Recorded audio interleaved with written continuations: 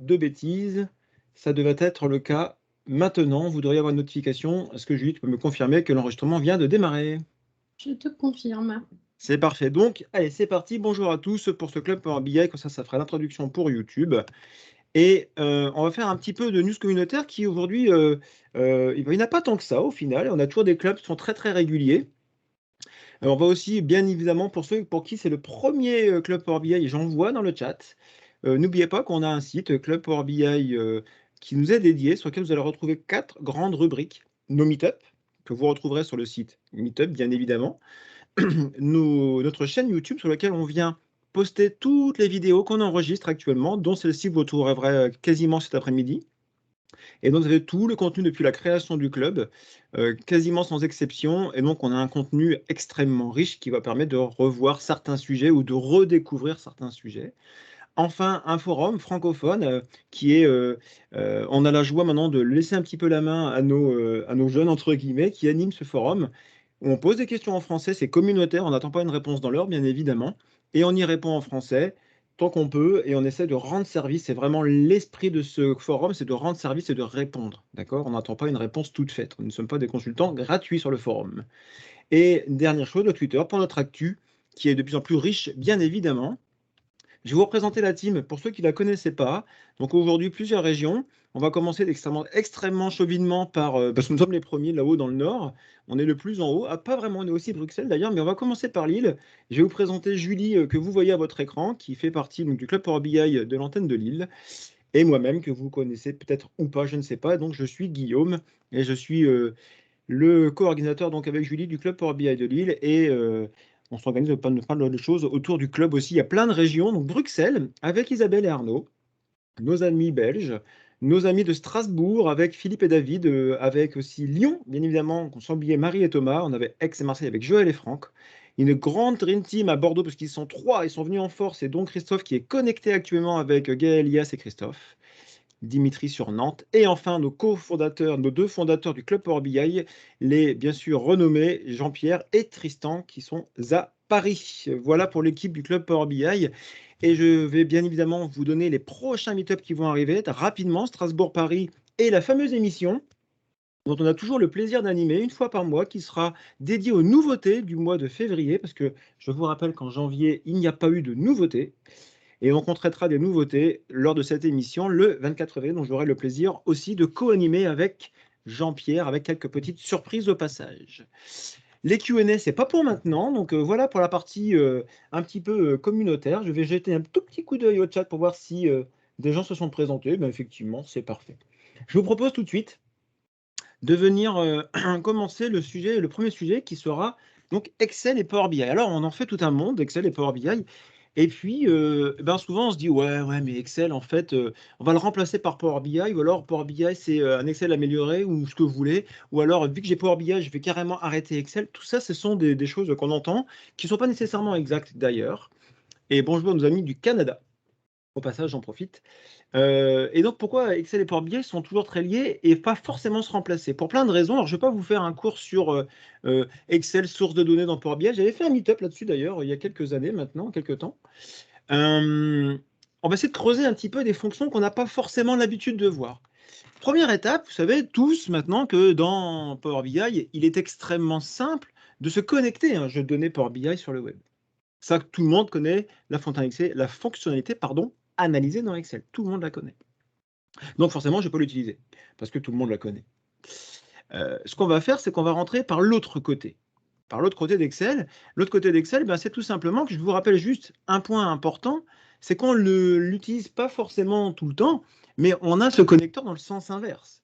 C'est-à-dire que quand on va dans ce menu ici qui s'appelle Données, vous allez retrouver ici, bien évidemment, le connecteur pour aller chercher un jeu de données sur le web. Vous l'avez compris, vous allez retrouver ici quoi? Vos rapports et vos jeux de données directement depuis le connecteur intégré maintenant dans Excel. Pas tout le temps le cas, donc je préférais le préciser. Nous, on ne va pas s'arrêter là-dessus. Vous savez que maintenant qu'on est connecté à un jeu Power BI, qu'est-ce qui se passe? Nativement, il va nous créer un TCD. Vous allez me dire, bah ouais, ce qu'il me raconte, c'est bon, tout ça, je maîtrise, c'est tranquille, tout va bien. Alors, ben non, parce que c'est beaucoup plus abouti que ça. Souvent, quand on se connecte un jeu de données Power BI via Excel ou de Power BI via Excel, peu importe le sens où on va le faire, et ben, dans ce tableau croisé dynamique, pour ceux qui sont aficionados d'Excel d'ailleurs, dans le chat, n'hésitez pas à me dire « Ouais, Excel, j'adore, je suis un cadre, etc. » Parce que quand on se connecte à un jeu Power BI, il y a une petite difficulté qui apparaît dans un tableau croisé dynamique. Vous savez qu'on ne peut pas ajouter de champs calculés. On me dire « Ah ouais, il faut mettre les mesures dans Power BI, ça se complexifie et tout ça. » C'est pas faux. C'est pas faux. Alors, on peut faire un truc, vous savez que quand on se connecte sur ça, on utilise un cube qui s'appelle le OLAP. Un cube OLAP qui est branché sur de la techno, vous connaissez peut-être, qui va utiliser plusieurs langages. D'une part, le SSS d'un premier temps, du MDX de l'autre côté, etc., etc. Qu'est-ce qu'on pourrait faire avec? Eh bien, dans un tableau croisé dynamique, on va avoir nos fameux outils OLAP, parce qu'on est bien sur un cube en ligne. Et dans ce cube en ligne, on va voir plusieurs choses. Première chose que je voulais vous faire voir, c'est que, eh bien, souvent, on se dit, ah bah ouais, mais mince, par exemple, j'aurais voulu, moi, me créer mes propres mesures ou mes propres, on va dire, membres, ce qu'on appelle un membre dans un cube SSAS sur Excel. Eh bien, ici, quelque chose qu'on utilise très peu dans Excel, les fameux outils OLAP, quand on est connecté sur un cube sur Power BI, ici, on va retrouver pas mal de choses, notamment des mesures calculées et ou des membres calculés. Vous allez me dire à quoi ça sert? DAX sous Excel, bien évidemment, Nicolas, DAX sous Excel, vous savez que dans Power BI, on a deux compléments, le Power Query qui va utiliser le langage M, à l'instar de Power BI, et le Power Pivot qui va utiliser le DAX, sans aucune difficulté. Là, on est déjà branché sur un cube qui inclut des mesures DAX, mais qui est connecté au Power BI sur le web, Power BI Service. Et bien, quand on est connecté à ce fameux cube ici, on va avoir ce qu'on appelle des mesures calculées ou des membres calculés. On va donc, sans aucune difficulté, pouvoir ajouter des propres mesures, même si on est sur un cube. Alors, je vais actualiser parce qu'apparemment, il ne l'a pas fait. On va pouvoir s'appeler ses propres mesures sans pouvoir impacter le jeu de données qui est sur le web. Ça devient très intéressant. Et donc, une fois qu'il aura mis à jour mon petit cube, eh bien ici, je dois pouvoir ajouter ma mesure et extrêmement simplement, eh bien, de lui dire, par exemple, je ne sais pas, cette mesure-là, divisée par 2, je sais quoi, peu importe, on lui donne un petit nom. Et, petite magie supplémentaire qu'on ne connaît pas habituellement, on va pouvoir directement ranger nos dossiers à l'instar de Power BI dans Excel, directement dans un dossier. Ce qu'on ne peut pas faire avec un élément calculé classique. On est bien dans un cube OLAP. On pourrait aussi imaginer faire ce qu'on appelle des membres.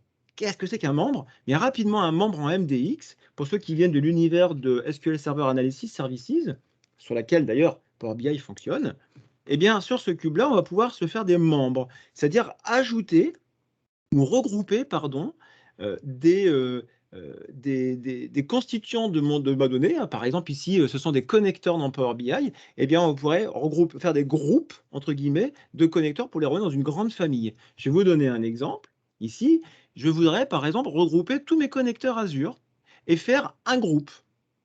Eh bien, dans gérer les calculs, je vais faire un petit membre Azure, ici que je vais vous faire voir la petite formule extrêmement simple, c'est ce qu'on appelle du MDX. Et dans ce MDX, qu'est-ce qu'on va trouver? Une petite formule extrêmement simple qui va me dire, ah ben voilà, si dans ma liste de connecteurs, que ma catégorie actuelle est quoi?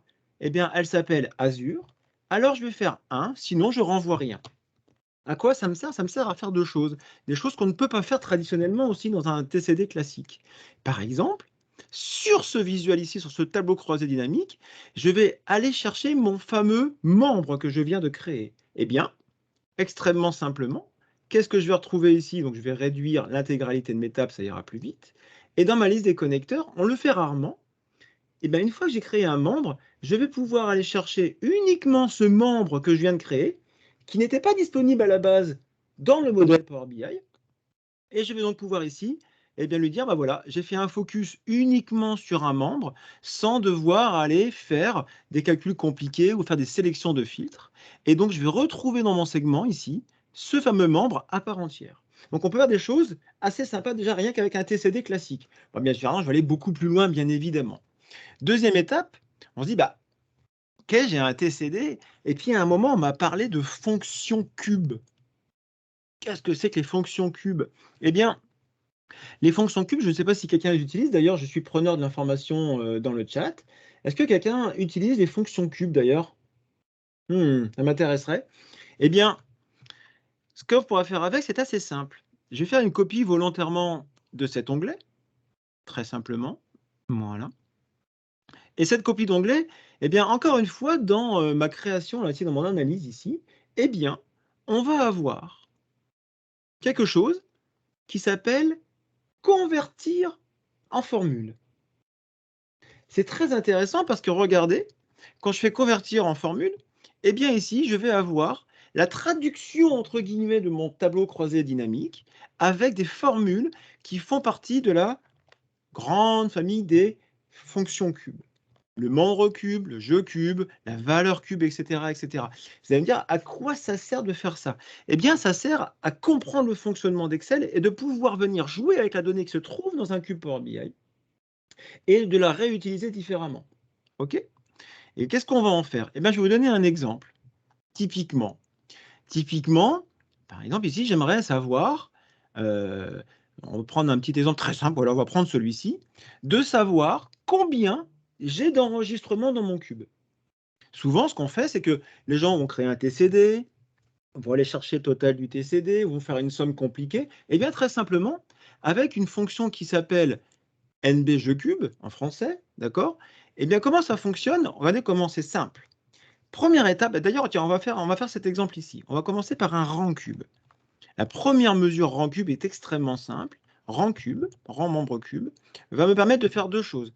Il va me demander dans un premier temps de me connecter. Vu que je me suis connecté à mon TCD, il a déjà enregistré mon connecteur qui s'appelle, chez moi, mon jeu de données, c'est Noël 2021. Je vais faire mon guillemet, je rajoute une expression. Mon expression, il me dire, bah tiens, qu'est-ce que je voudrais ici? Qu'est-ce qu'il va me faire quand je mets un guillemet? Il va lister l'ensemble des tables connues dans mon cube. D'accord? Directement depuis Excel, dans une formule. Ici, je voudrais travailler avec les connecteurs. D'accord? Je vais continuer. Et ben, j'ai dit, tiens, j'aimerais que tu me donnes, s'il te plaît, par exemple, un éditeur. Point, all, etc., etc. Le fait de construire cette fonction, eh bien, on va pouvoir arriver à quelque chose ici d'assez simple. Et il y a ce qu'on appelle beaucoup de fonctions cachées dans Excel, entre guillemets, en tout cas qui ne sont pas, vous savez, prédéfinies par l'IntelliSense, vous savez, quand on ajoute automatiquement une formule, eh bien, si on ajoute le suffixe children, eh bien, children va vous permettre, par exemple, de lui dire, bah tiens, j'aimerais le premier enregistrement qui se trouve dans mon cube, puis le deuxième enregistrement comme mon cube, etc. Et donc, on va pouvoir travailler avec des formules Excel de façon complètement dynamique. Et merci, l'autocompletion, merci. De façon complètement dynamique. Et donc, d'aller lire le cube en la fonction de ce qu'on a besoin, en fonction de la volée. C'est quand même assez intéressant. Deuxième chose, on pourrait lui dire, bah tiens, ici, admettons, je supprimais ça, admettons, j'ai ici tous mes éditeurs de connecteurs dans Power BI, et j'ai besoin de savoir combien cet éditeur dans le cube Power BI qui regroupe peut-être X centaines de connecteurs a de connecteurs. Eh bien, on va trouver une fonction qui s'appelle ici valeur du cube. Eh bien, valeur cube, par exemple, en précisant comme d'habitude ici le nom de la connexion, la table dans laquelle je veux aller lire, la catégorie, en tout cas l'élément que je veux lire, etc., etc. Je vais pouvoir ici lui demander tout simplement d'aller utiliser quoi? Une mesure qu'on a créée dans le cube Power BI pour aller récupérer cet élément-là. Extrêmement sympathique à faire. D'accord? Je vous donne un exemple. Je glisse et quasiment instantanément, eh bien, il va me donner le nombre qu'il y a rangé derrière l'éditeur Microsoft pour le nombre de connecteurs. Donc, les fonctions cubes sont relativement, je dirais, puissantes et permettent de faire beaucoup de choses. Et elles permettent aussi d'automatiser pas mal de petits critères, c'est-à-dire qu'ici, je pourrais très bien aller à la volée, choisir les mesures disponibles dans mon cube et instantanément, vu que mes mesures sont connectées à ces paramètres, eh bien, pouvoir manipuler mes fonctions cubes complètement à la volée. Et donc, ça ouvre encore le champ des possibles. Et je vous rappelle que vu qu'on est branché sur un cube, entre guillemets Power BI en live, hein, on est là, on est en live sur le cube. Je n'ai pas dit que le cube lui-même était en live, mais si, imaginons que votre mise à jour de données est extrêmement récurrente sur votre cube, eh bien, lui, Excel, à chaque fois que vous allez faire une demande, il va aller lire votre cube et ramener la dernière valeur. Ça veut dire qu'on va pouvoir avoir une espèce d'automatisation, de rafraîchissement, etc., sans s'occuper de rien du tout.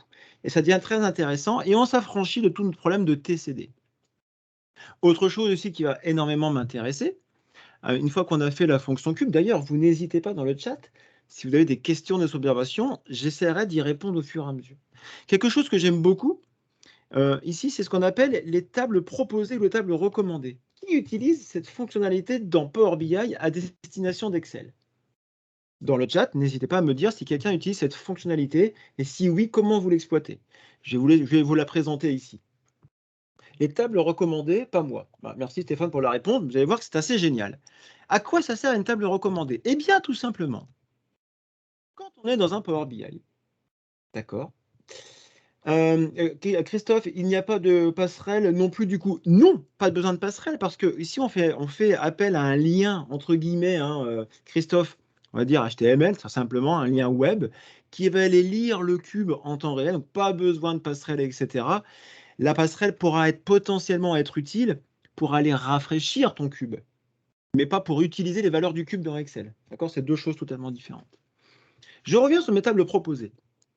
Ici, j'ai donc, par exemple, fait Mumus dans Power BI et je suis venu lister tous les connecteurs par éditeur. D'ailleurs, on retrouve mes 94 connecteurs de Microsoft, de PlanView, etc. Bon, voilà, tous les connecteurs possibles. Et je me suis dit, mais comment je pourrais redonner cette information de façon extrêmement transparente dans Excel pour que l'utilisateur, si demain il me dit, bah tiens, donne-moi des informations sur Microsoft et tous les connecteurs, ça s'incrémente automatiquement. Alors, première étape, est-ce que quelqu'un dans Excel connaît cette fonctionnalité-là? Dans le menu Données, vous avez ici ce qu'on appelle des types de données, et notamment des données organisationnelles ou des données qui sont nativement présentes dans Power BI. Par exemple, vous connaissez très certainement, je vais faire ici Bordeaux, et vu que Isabelle est connectée, salut Isabelle, bonjour à Bruxelles, donc je vais en profiter pour faire Bruxelles, et bien évidemment, parce que je suis extrêmement chauvin, je vais marquer Lille. Eh bien, si on voulait avoir des informations sur ces trois villes, regardez extrêmement simplement. Données. Je vais aller chercher dans le menu Données des données géographiques. Et instantanément, il me dit, ah bah tiens, ça, j'ai reconnu tes villes, hein, elles sont assez connues. Hein. Et qu'est-ce qu'il va me proposer nativement? De me dire, bah tiens, donne-moi s'il te plaît, à quelle région ça appartient? France, Belgique, France. Pas mal. Je vais continuer. Dire, bah tiens, s'il te plaît, donne-moi le nombre d'habitants. Alors, je vais reprendre cela, parce que ça, c'est les pays. Je vais dire, bah tiens, donne-moi, s'il te plaît, je ne sais pas, le nombre d'habitants. Je ne savais pas. En Belgique, ils sont. Ah bah, on est quasiment en double, dis donc. Etc., etc. Et on peut faire des choses extrêmement abouties. Et vous connaissez aussi derrière, c'est que ce qui est bien, c'est qu'en cascade, sur la France, il va pouvoir vous donner énormément d'informations. Extrêmement sympathique. Je me suis dit, est-ce qu'on ne pourrait pas mettre ça à disposition des utilisateurs en se connectant sur nos tables? Eh bien, dans Power BI, c'est possible. Quand vous êtes dans le modèle relationnel, ici, dans mon exemple, j'ai besoin de mettre à disposition, pardon, la liste des connecteurs que j'ai été, moi, capté sur le web. Ici, vous avez une option qui s'appelle table proposée. Dans la table proposée, vous allez pouvoir faire plusieurs petites choses. D'une part, lui donner un petit nom. Ça peut paraître couillon, mais c'est quand même bien de l'expliciter, votre table. Deuxième, qu'est-ce qui va ressortir comme ligne dans Excel et quelle va être la clé qui va me permettre d'identifier la ligne que je suis en train de regarder. D'accord? À quoi ça sert d'avoir fait ça? Une fois que vous avez fait une table proposée, que vous avez publié votre rapport et votre jeu de données sur le Power BI Service, eh bien, vous redémarrez une fois Excel. Qu'est-ce qu'on pourrait faire? Ben, je vais vous donner un exemple. Je vais aller chercher ici, par exemple, on va faire un petit exemple web, on va prendre cela, par exemple. Je vais prendre tous ces connecteurs et je vais me faire une petite feuille toute vierge, ici. Je dis, bah tiens, moi, j'aimerais bien... alors, on va pas faire comme ça, on va faire un collage spécial valeur. Ça sera beaucoup plus simple. Voilà. Ici, j'aimerais bien qu'il me donne les informations qui sont contenues dans le cube et me donner, par exemple, l'éditeur, le nombre de connecteurs, dans quel outil c'est compatible. Eh bien, regardez. Au niveau de l'organisation, j'ai publié différentes tables et je vais avoir ici quoi? Eh bien, je vais avoir la liste des connecteurs que j'ai publiés. Quand je fais ça, Power BI va venir en bas ici, lire la table et va me dire, attention Guillaume, j'ai un problème parce que dans Azure Analysis Services Database, ben, j'ai un problème de nom. Je ne sais pas à quel il appartient. Donc, je vais lui faire un choix. Je vais l'aider à comprendre ce que je veux dire. Je vais sélectionner ce connecteur. Je vais faire pareil pour l'Azure Data Lake Storage, ici. Je vais faire pareil pour le Gen 2. À mon avis, c'est l'un des deux. Je ne sais pas lequel, on verra bien. Avec un peu de chance, c'est celui-ci. Pareil pour celui-ci. Et on va faire le dernier parce qu'il m'a embêté. Une fois que j'ai ça, Et bien ici, il me propose mon fameux petit bouton. D'accord? Qu'est-ce que je pourrais faire? Lui donner, par exemple, sa catégorie. Azure, parfait. Je pourrais aussi lui donner, par exemple, son éditeur. Instantanément, parce que j'étais lire une table. On pourrait aussi aller utiliser toutes les fonctionnalités d'Excel en lui disant, bah, hey, est-ce que tu pourrais pas mettre ça sous forme de tableau? En lui disant qu'ils n'ont pas d'en-tête. Et qu'est-ce qui va se passer à votre avis? Regardez bien magiquement. Si ici, je lui dis, par exemple, donne-moi, par exemple, dans quel outil il est compatible. Instantanément, tout mon tableau se met en page et va s'incrémenter. Ça veut dire que ici, si je viens chercher un nouveau connecteur, par exemple Access Database, d'accord, que je viens le enregistrer ici, Access Database, pardon, j'ai fait une bêtise, forcément c'est l'effet démo, c'est pas très grave. On va venir le reconnecter à ma liste de mon connecteur. Voilà, voilà. Access Database, il l'a bien vu. Et qu'est-ce qu'il va faire? Instantanément, et bing. Et regardez ce qu'on pourrait faire, parce que je vous rappelle que dans Power BI ici, j'ai fait, moi ici, je suis venu stocker, entre guillemets, l'icône du connecteur. C'est ce que vous retrouvez ici. Ce qui serait génial, c'est à retrouver dans Excel. Le champ Pictures, à partir du moment où je l'ai déclaré comme URL d'image, je fais du web scrapping, d'accord? Elle est donc utilisable dans Power BI comme une image. Eh bien, est-ce que je pourrais faire pareil dans Excel, à votre avis? Bien évidemment que oui. Regardez tout simplement. Ici, je prends le champ Pictures et terminé. Qu'est-ce que j'ai fait? Je viens bien de récupérer ici toutes les images de mes connecteurs. Donc, c'est quand même assez génial cette histoire. D'accord? On va pouvoir faire des choses complètement dynamiques pour l'utilisateur et donc devoir fournir des données d'entreprise. Ça peut être des commerciaux, des clients, des produits, du stock, tout ce que vous voulez. Instantanément, ici, on va être complètement dynamique. Je vous rappelle aussi deux choses. Ici, si je me mets dans ma... je vais revenir ici, si je me remets ici au niveau de ce chose, je reviens ici, Guillaume, voilà, s'il te plaît. Ici, quand vous vous remettez sur vos requêtes et connexions, on va faire un petit test. Ce qui va m'intéresser, c'est que quand vous allez cliquer sur... Alors, j'aimerais bien qu'il me le fasse, s'il était sympathique, il me l'aurait fait. Mais voilà. Quand je me remets ici, pardon, sur mon icône, vous retrouvez l'intégralité des informations qui sont disponibles, bien évidemment, dans la table, son logo, son titre, éditeur, etc. Et quand ça a été mis à jour, qui est le propriétaire, où est-ce qu'il est rangé, est-ce qu'il est certifié, etc., etc.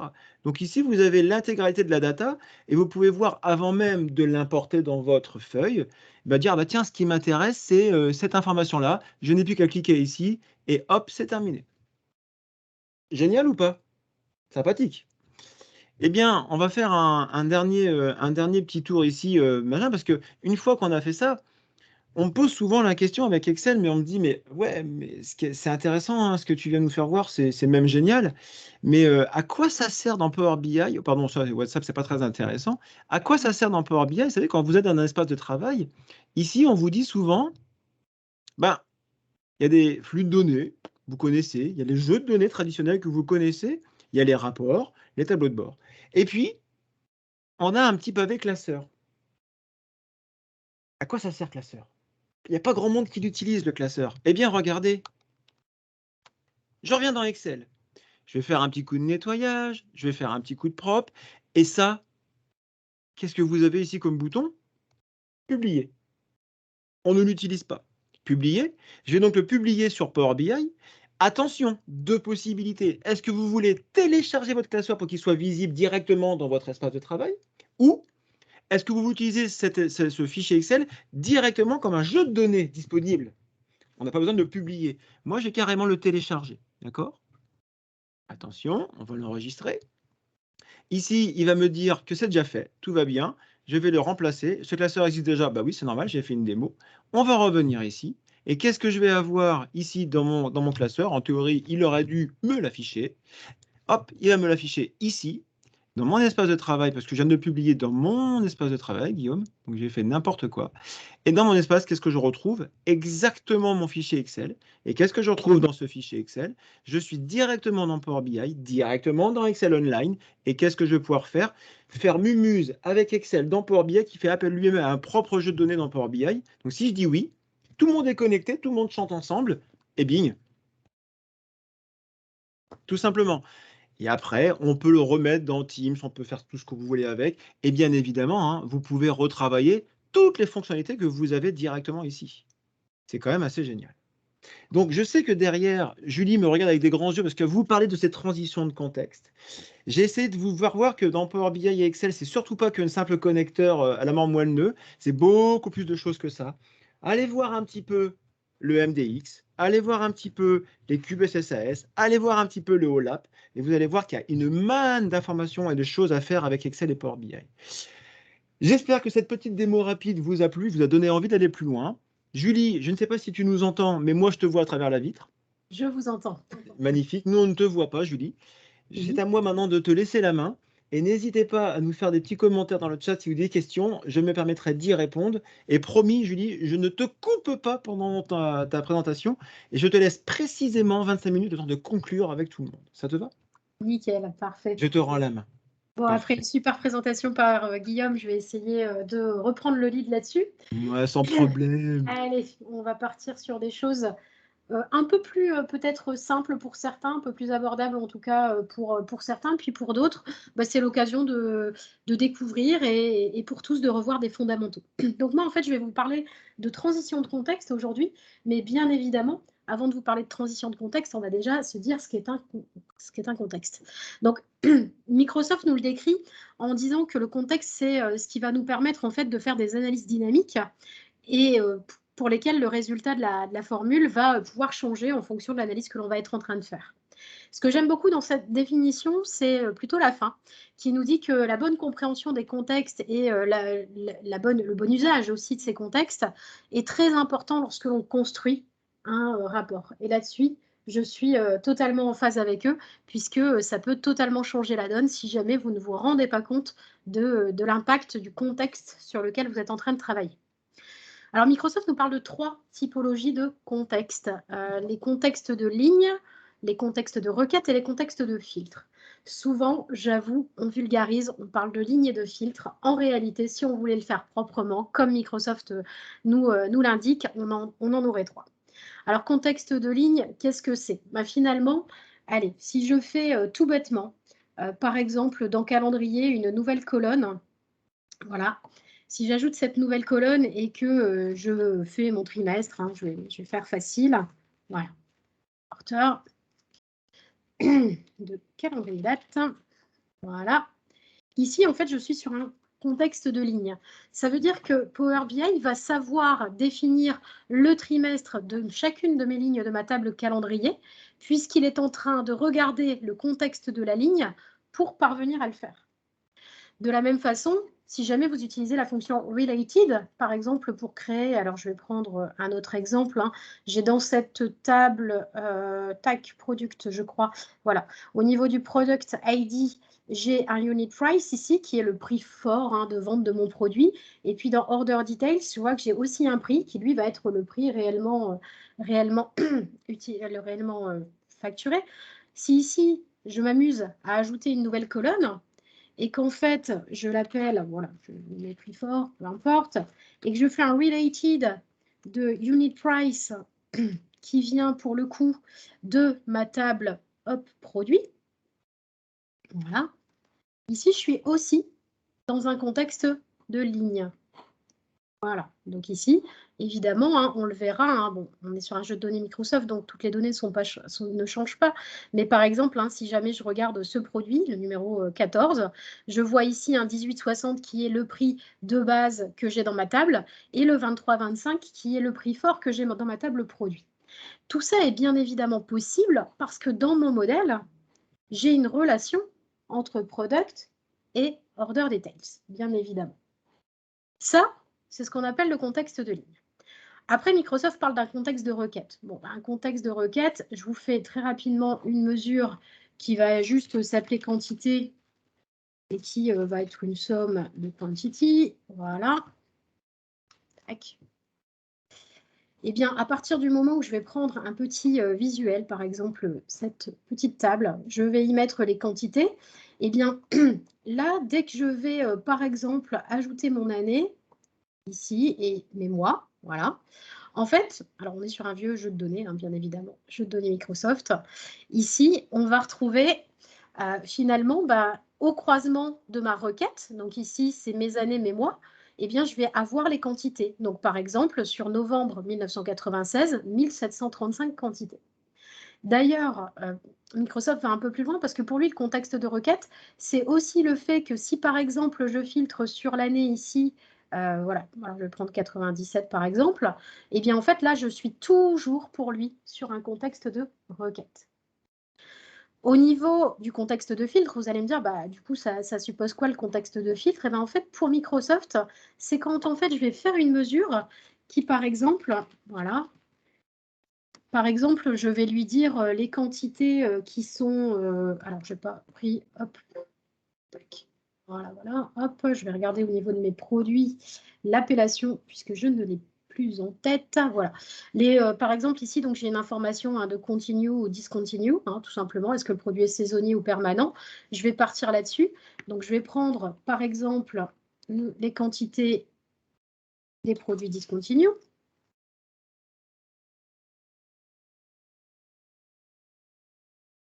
Eh bien, je vais faire ici un calculate et donc je vais repartir de ma quantité et finalement ce que je vais demander c'est discontinued.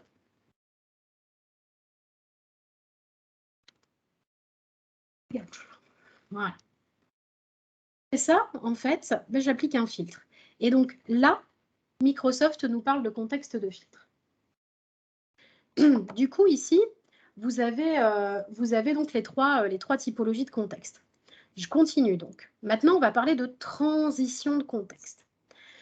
Volontairement, je pars dans un modèle, pour l'instant, avec des relations de 1 à plusieurs.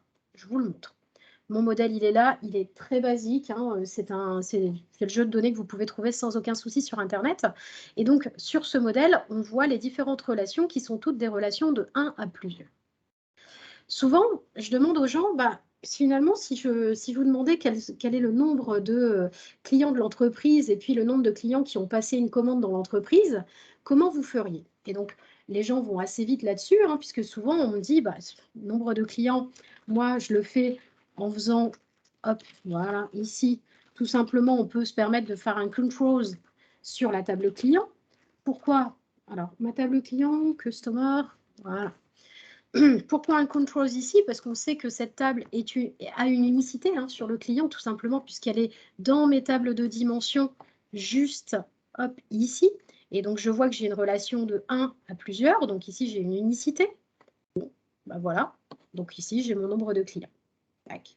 Je vais prendre ce petit visuel. Voilà, nombre de clients. Première chose. Derrière, souvent, les gens ont tendance à me dire, moi, le nombre de clients qui ont commandé, ça. Un distinct count, à chaque fois que je vais retrouver l'info de Customer ID dans ma table des commandes. Voilà.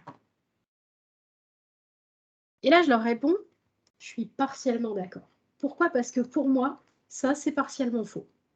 Vous allez vous dire, mais pourquoi elle nous raconte ça? En fait, si jamais ici, je prenais janvier, on verrait que j'ai toujours 91 clients dans mon entreprise, mais je n'ai plus que 27 clients qui ont commandé. Si jamais je prends janvier plus février, 42. OK, là, ça semble marcher. Regardez ce qui se passe. Si jamais je prends boisson, le chiffre ne change pas. C'est pour ça que pour moi, c'est partiellement faux. C'est-à-dire que visuellement, à l'écran, dans un premier temps, on pourrait se dire c'est tout bon. Ça ne l'est pas. Qu'est-ce qui cause le fait que ça ne le soit pas? Eh bien, tout simplement, en fait, hop là, voilà. Ça va être notre modèle. Je vous remontre mon modèle de façon un peu plus précise. Il est juste là. Et donc, vous voyez que dans mon modèle, je suis sur des relations de 1 à plusieurs ici, de 1 à plusieurs dans ce sens-là. Mais regardez, catégorie et produit ont le droit d'aller lire ma table order details. Pas de problème. Par contre, ici, je n'ai pas le droit depuis un order details d'aller lire ma table order. Donc forcément, si jamais je fais un calcul ici, tel que là je l'ai fait, un distinct count sur celle-ci, eh bien, il ne sera bon que quand j'observerai pour des clients ou des notions de calendrier. Il devient faux quand j'observe des produits ou des notions de catégorie. Bien évidemment, on va le rendre juste. Puisque pour le rendre juste, qu'est-ce qu'il faut lui dire? Il faut tout simplement en fait aller regarder la table la plus basse du modèle. Ici, c'est quoi ma table la plus basse? Bah, tout simplement, hein, si on le regarde, voilà, je vous le montre rapidement, je le fais comme ça, ce modèle.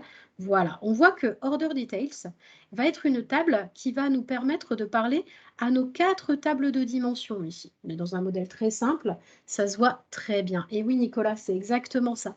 En fait, on va passer par une autre façon de faire qui va être ici, hop, un filtre. Comment je vais le faire? Bah, tout simplement, je vais dire qu'il doit me calculer quoi? Bah, mon nombre de clients. Oui, certes. Alors, je vais enlever juste ça. Voilà. Tac. Et en fait, je vais lui dire qu'il va juste filtrer ma table détail commande, ici, Order Details, sur laquelle, en fait, il va tout simplement regarder. On peut même mettre un Notice Blank directement. Hein, on n'est pas obligé de le faire de façon plus compliquée. Voilà. Si je n'ai pas de quantité sur la table Order Details, alors tu me prends mon client. Bien évidemment, si je la nomme pareil, ça ne va pas, évidemment. Voilà. Et donc ici, là, je vais vous l'ajouter dans ce petit visuel. De base, je vais me retrouver exactement avec le même chiffre. C'est à partir du moment où je vais filtrer que je vais me rendre compte de la différence. Donc ici, hein, si jamais je prends mon année voilà, 97, je vais bien me retrouver avec 86 clients ici pour 67 en réalité qui ont vraiment commandé de la boisson. Donc attention, dès qu'on va faire de la transition de contexte, on va devoir toujours faire très attention au périmètre où on se trouve. Ça veut dire que le distinct count n'est pas une fonction à oublier, pas du tout. Ça va vraiment dépendre de votre modèle et de l'endroit où vous vous trouvez au moment où vous faites ce distinct count. Si jamais j'avais fait un distinct count sur une notion qui était présente dans ma table détail commande, ici, elle aurait fonctionné avec l'ensemble des différentes tables de dimensions. Pas de souci.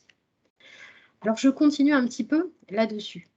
Une autre transition de contexte, ça peut par exemple être dans le cadre d'un besoin où on va avoir, alors je vais prendre une autre petite table, je reste sur des tables, hein, je reste très basique. Je vais prendre mes produits, ça fait peut-être beaucoup, mes catégories. Voilà. Je vais prendre mes catégories ici, je vais bien sûr évidemment toutes les prendre, et on va prendre les quantités. Imaginez, hein, ici, ce sont les quantités, mais ça pourrait très bien être les quantités de l'année dernière, les quantités... Alors, très clair, mais du coup, on perd les clients qui n'ont fait aucune commande. Ben, en fait, si on voulait... en fait, ça dépend ce qu'on veut montrer. Si jamais on veut connaître le nombre de clients actifs, hein, Stéphane, voilà, ça dépend du besoin.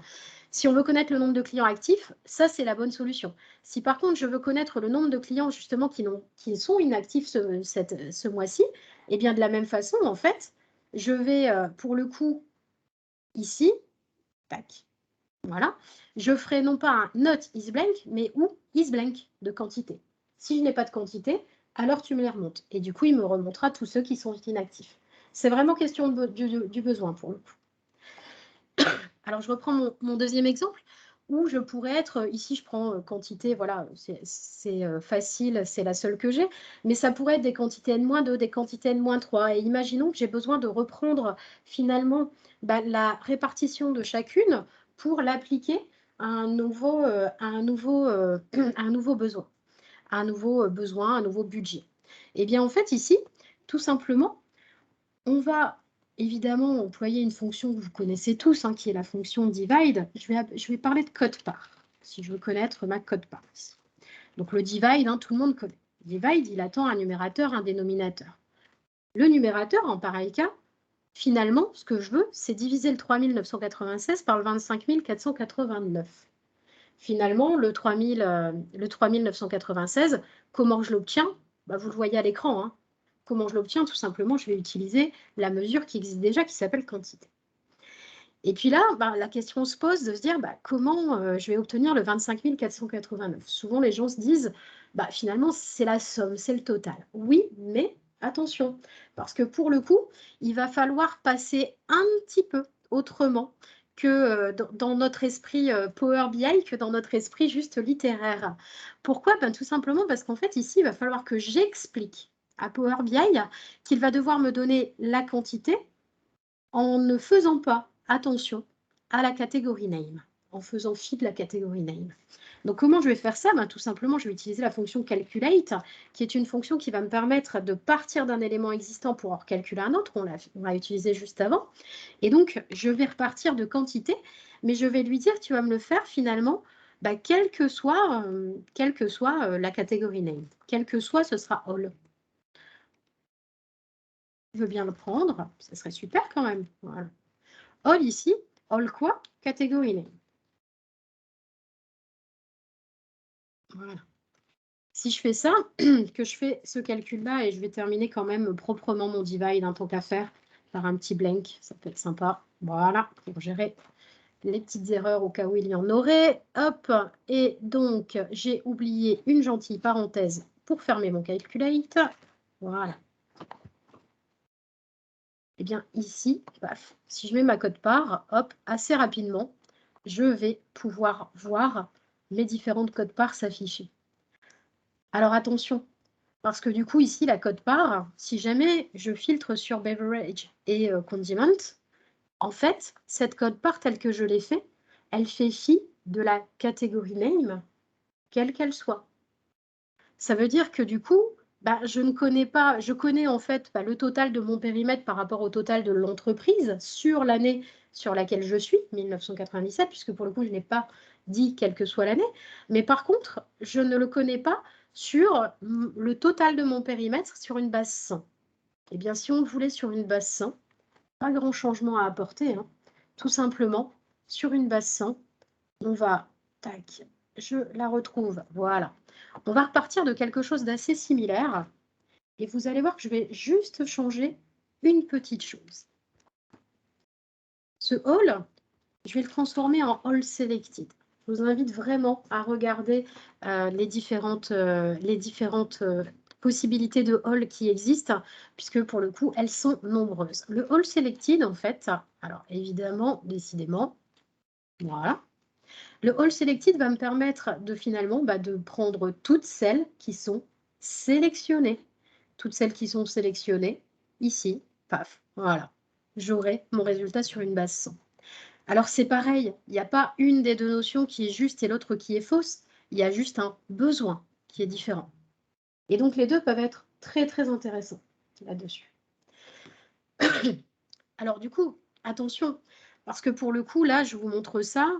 Évidemment, si jamais je mettais une notion supplémentaire au sein de ce petit tableau, que je le transforme en matrice, et puis si par exemple je rajoute en dessous de ma catégorie name, ici mon product name, bien ma fonction marchera sur le niveau catégorie, mais ne sera plus efficiente ici sur le niveau produit. Pourquoi elle n'est plus efficiente sur le niveau produit? Tout est question de modèle. D'ailleurs, si jamais je vous prends un deuxième ici, petit tableau, et que je remplace voilà, le product name par exemple, le pays que je vais trouver sous le terme country, voilà, par exemple, le pays de mon client. Ici, on verra que, voilà, ici, j'ai quand même des taux qui se calculent. J'ai des taux qui se calculent, mais ces taux, finalement, vous voyez, ne font pas, hein, ne font pas 100%. Hein. Si on regarde un 48 plus un 44 plus un 59, ça fait loin de faire 100%. En fait, que fait l'outil? Tout simplement, lui, il recalcule par rapport au contexte dans lequel il se trouve.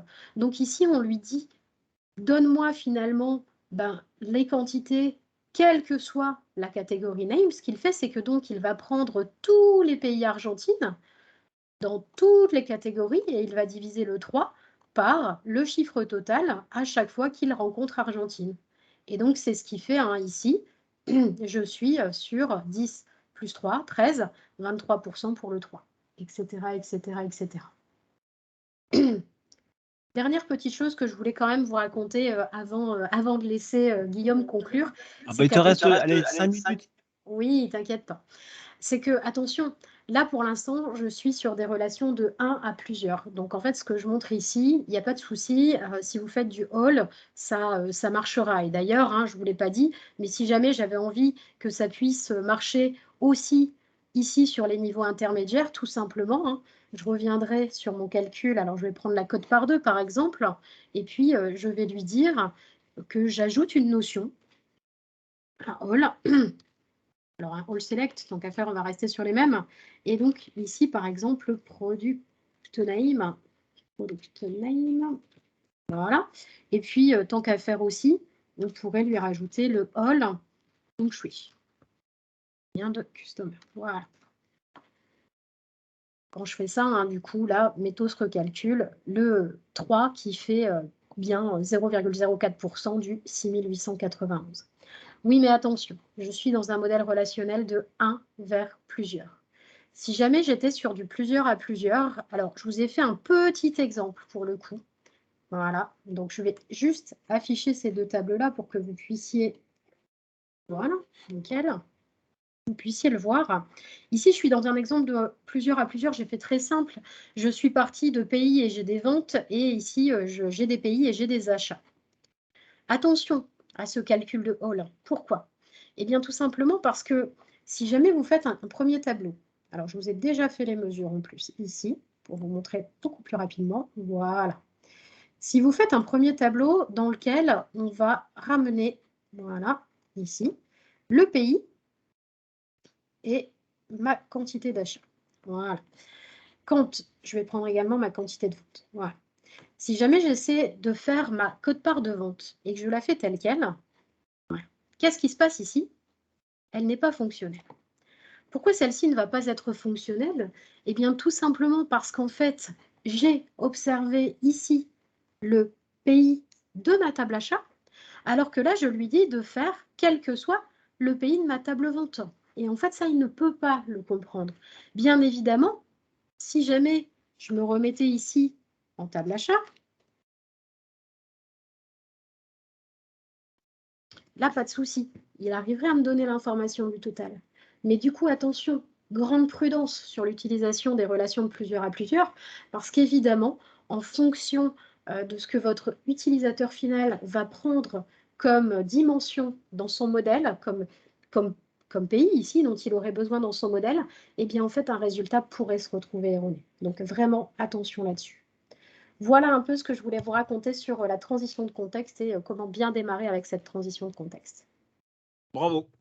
Bravo comme d'habitude, Julie, c'est clair, net et précis, c'est top. Même moi, j'ai compris, pour te dire que... Ça m'a rien que. Dans le chat, vous n'hésitez pas. On a encore, allez, un bon 5 minutes devant nous pour interagir, pour nous poser des questions. Est-ce qu'on a un point qu'on n'a pas évoqué? Ça peut être sur le premier sujet, ça peut être sur le deuxième sujet, ça peut être tout ce que vous voulez. N'hésitez pas. Et puis, s'il n'y a pas de questions, ben, je vais, promis, je ne vous chante pas de chanson, parce qu'on a dit que ce n'était pas possible. Auquel cas, je vais tout de suite arrêter l'enregistrement. Ça ne change pas que, hop, bougez pas,